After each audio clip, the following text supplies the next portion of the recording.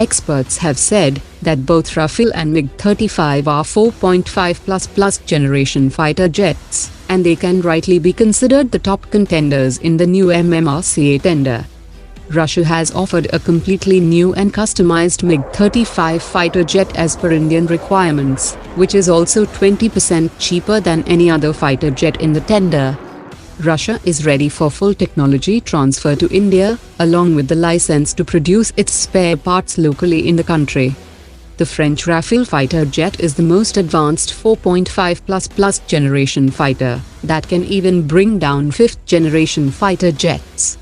The per unit cost of Rafale is €91.75 million, as compared to €44.95 million of the Mig-35, which means that India can buy 2 Mig-35 in the price of one Rafale aircraft.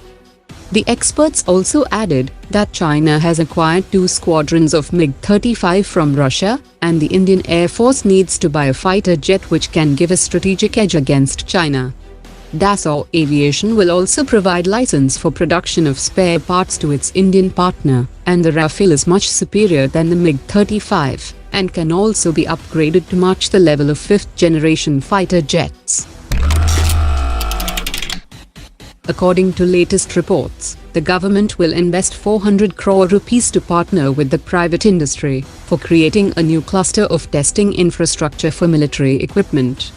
The Indian Defence Minister has said that the Defence Ministry will bear around 75% of the costs of setting up the new test ranges, which will be run by a private company. The test facilities planned at different locations includes test ranges for unmanned aerial vehicles, advanced EW systems, specialized driving tracks and ship motion testing.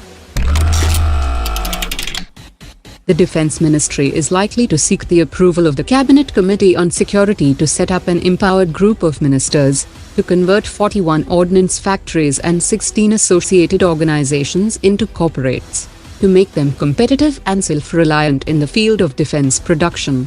The Modi government is optimistic that the turnover of these factories can be doubled from the existing in the next 5 years.